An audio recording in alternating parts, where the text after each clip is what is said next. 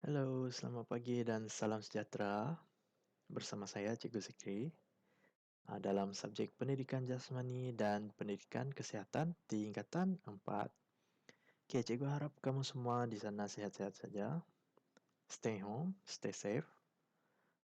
Oke, hari ini kita masih dalam topik bola baling. Oke, tempoh hari kita dah belajar tentang strategi menyerang. Okey, apa yang perlu dilakukan setelah mendapat skor atau mencapai target skor? Sudah tentu strategi bertahan akan dilakukan. Okey, jika sesebuah pasukan telah mencapai target ataupun mendahului mata dalam perlawanan, pasti mereka akan cuba untuk pertahankan skor. Setelah berjaya dalam strategi menyerang, pasukan perlu ubah strategi menyerang ke strategi bertahan. Jadi di sini terdapat dua formasi yang lazim digunakan. Yang pertama 6-0 dan 5-1. Okey, cikgu harap kamu baca apa yang cikgu suruh baca tempoh hari, iaitu berkenaan dengan strategi menyerang. Okey, strategi menyerang dipilih mengikut perancangan pengurus pasukan serta kemampuan individu dalam kumpulan pasukan bola baling. Jadi agak selamat jika awal permainan pasukan dah jaringkan gol. Selepas mencapai target, pasukan disarankan untuk membuat strategi bertahan. Juga terpulang kepada pengurus pasukan. Tengok macam mana. Strategi hanyalah sekadar tindakan awal. Okey. Setiap pemain hendaklah mempunyai strategi bertahan secara individu. Strategi ini penting bagi memastikan strategi bertahan dapat dilaksanakan dengan baik. Bertahan bukan bermaksud kamu tahan bola tu, bawa lari sorang-sorang. Itu kalau orang putih cakap selfish.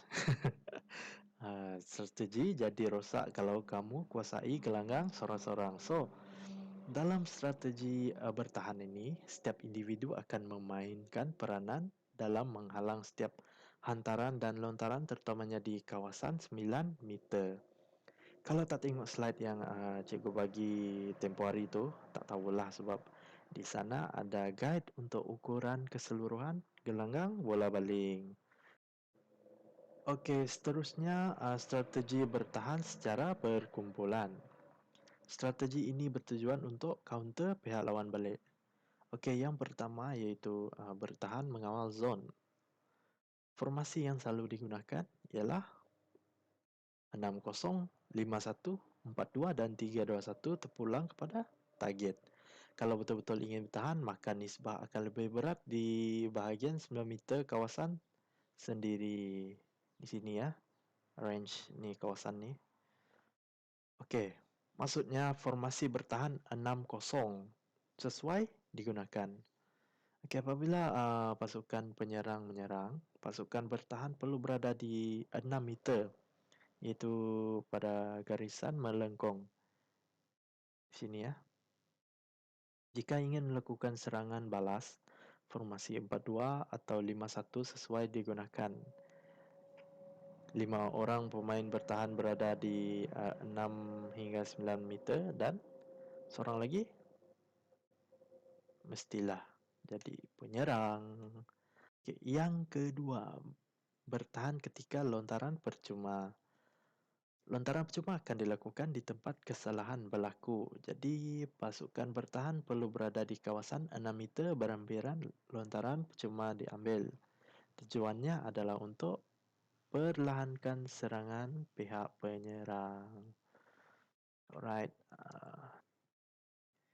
Okey, secara kesimpulannya, apa yang telah dipelajari seperti kemahiran, strategi dan formasi perlulah dikuasai untuk menjadi sesebuah kumpulan yang terbaik dalam usaha untuk merancang formasi untuk menyerang dan bertahan.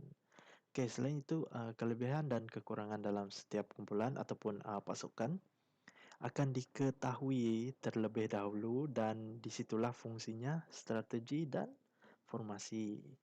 Namun formasi boleh berubah-ubah mengikut situasi permainan, formasi pihak lawan dan kekuatan serta kelemahan pihak lawan.